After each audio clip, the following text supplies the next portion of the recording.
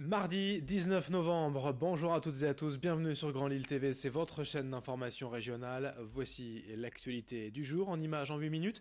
Le journal de la rédaction. D'abord, vous le savez, vos prévisions météo, avec d'ores et déjà une bonne nouvelle. Il fait beau, aujourd'hui il fait froid, certes, mais on va avoir le droit du soleil, du ciel bleu tout au long de la journée, voire même cette semaine, selon les prévisions des prochains jours.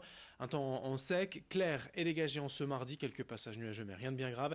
Et les températures de saison, 7 à 8 degrés. Et pour les maximales, il fera encore un peu plus frais durant le reste de la semaine. Mais ça, on en reparlera avec les prévisions météo complètes après ce journal. Ça sent déjà les fêtes de fin d'année à Lille. Voici la première image de ce journal, le retour de la Grande Roue depuis ce week-end sur la Grand Place à Lille. 32 ans que le manège revient chaque année s'installer pour célébrer Noël et avec lui les décorations traditionnelles, les chalets de bois de la place Riour aussi pour le non moins incontournable marché de Noël, également la Chenille, place du théâtre au pied de l'opéra, bref, l'ambiance festive de fin d'année va doucement s'emparer du centre de Lille.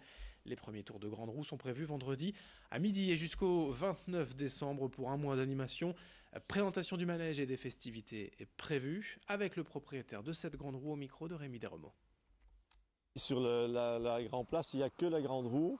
Donc le marché de Noël va être à côté. On a la vieille chenille qui est derrière la bourse. Mais ici, comme activité, il n'y a que la roue. Le galopant ou le Grande Roue, c'est vraiment le symbole de Noël. Lille est une très belle ville et que les gens sont toujours très sympas ici. Et ils viennent toujours en grand nombre. Et je pense que la ville de Lille est très contente de nous avoir avec tous les décors qu'il y a autour de Noël. L'ouverture de la Grande Roue et du marché de Noël Place Riour, c'est donc vendredi, on en reparlera bien sûr dans les prochains jours. L'actualité sociale également en images avec la mobilisation des chauffeurs Uber hier à Lille. Ils sont mobilisés depuis déjà quelques jours contre leurs conditions de travail. Le nombre selon eux trop important de chauffeurs inscrits sur la plateforme à Lille et la baisse du tarif euro-kilométrique. Pour eux, en effet, il faudrait limiter à 700 le nombre de chauffeurs inscrits dans la métropole lilloise. Aujourd'hui, Uber reçoit encore près de 15 à 20 nouvelles demandes par jour. C'est trop selon les chauffeurs. Aujourd'hui, le tarif euro-kilomètre est à 6 euros. À Lille, eux demandent 12 euros par kilomètre, car ce tarif aujourd'hui ne leur permet pas de gagner bien leur vie, malgré des journées de 15 heures parfois. Enfin, ils demandent et dénoncent également certains pirates des chauffeurs inscrits via de faux papiers. Explication complémentaire avec l'un d'entre eux hier à Lille, devant le siège de Uber, au micro de Xavier Silly.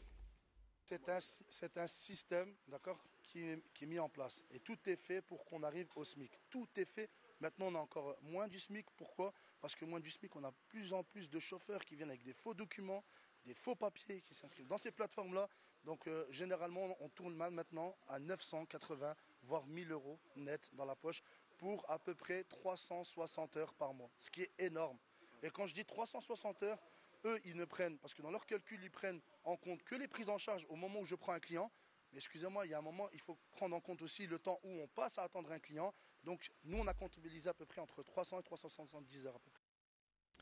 Hier dans nos éditions, nous avons évoqué la position radicale du maire de Templeuve face aux nouveaux horaires de la SNCF dans la région. Luc Monet a préféré démissionner pour dénoncer les suppressions de trains prévues dès le 15 décembre à la gare de Templeuve. L'information a été relayée par de nombreux médias nationaux hier, si bien que le président de région, lui-même Xavier Bertrand, a réagi sur RMC dans l'émission Les Grandes Gueules. Il soutient Luc Monet et veut en savoir plus. Il demande des comptes au directeur régional de la SNCF. On l'écoute, Xavier Bertrand. Vous savez, chaque année, on verse 1,5 milliard d'euros à la SNCF. Et depuis le début de ce nouveau service d'activité, je n'ai pas hésité à sortir le chéquier de la région sans augmenter les impôts pour remettre des dessertes là où c'était possible. Mais quand la SNCF nous dit qu'ils n'ont pas ce qu'on appelle les sillons nécessaires, que techniquement ils ne savent pas faire, je veux savoir si c'est de la flûte ou si c'est vrai. Alors pour rappel, concernant cette convention TER dans les Hauts-de-France, le conseil régional paye la SNCF mais ne décide rien de l'aménagement des horaires et des lignes. C'est bien l'entreprise ferroviaire qui a la main sur l'organisation du trafic. L'actualité de ce mardi 19 novembre en France et en région marquée également par l'ouverture des États généraux de l'éducation. Une série de 7 débats organisés partout dans le pays avec pour objectif de rédiger une constitution éducative. La première journée d'échange, c'est aujourd'hui à Roubaix avec des acteurs de terrain pour proposer des mesures concrètes en matière d'éducation et en faveur de la petite enfance avec une question principale. Comment mieux accompagner les enfants dès le plus jeune âge de 0 à 6 ans? Après ces échanges entre professionnels dans la journée, le public est invité à une soirée au siège d'ID Kids, boulevard de Fourmi à Roubaix, dès 19h pour la restitution de ces travaux professionnels. Explication avec le directeur d'une crèche, Jérôme Aubry, hier notre invité en plateau. On va passer la journée à réfléchir et à formaliser des propositions concrètes qui vont intégrer un livre blanc qui sera remis d'ici une bonne année au gouvernement. Tous les acteurs de la petite enfance sont invités à réagir à justement les premières propositions issues de la journée, donc qui auront lieu au siège ID Kids, comme vous l'avez dit, pour pouvoir justement vraiment élargir au maximum le côté collaboratif de la démarche.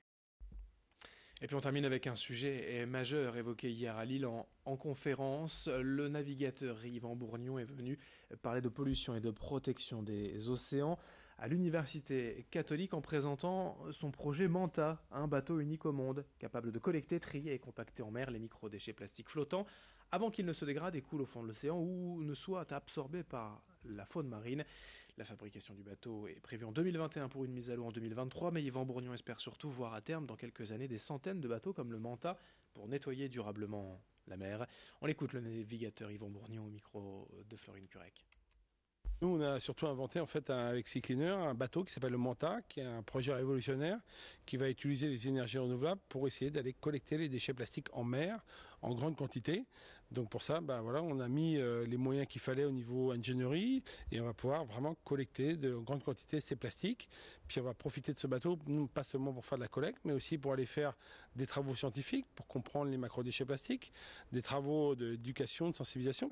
Et puis on a une technologie qui s'appelle la pyrolyse, ou qui sera l'équivalent à bord du bateau, qui va permettre de montrer aussi dans les pays émergents, dans ces villages reculés de la planète, les technologies qu'eux pourraient utiliser pour recycler le plastique.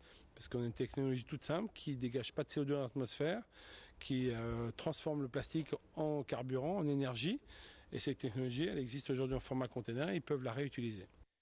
Et puis une dernière information à noter sur votre calendrier en sport, en volleyball. Nouvelle journée de Liga ce soir après la défaite du TLM à domicile face à Rennes samedi soir. Les Tourquenois remettent le couvert dès ce soir à Nantes, 20h, pour tenter de rebondir après cette déception ce week-end. Fin de ce journal sur Grand Lille TV, à suivre dans un instant vos prévisions météo et dès le prochain quart d'heure, une autre édition à suivre.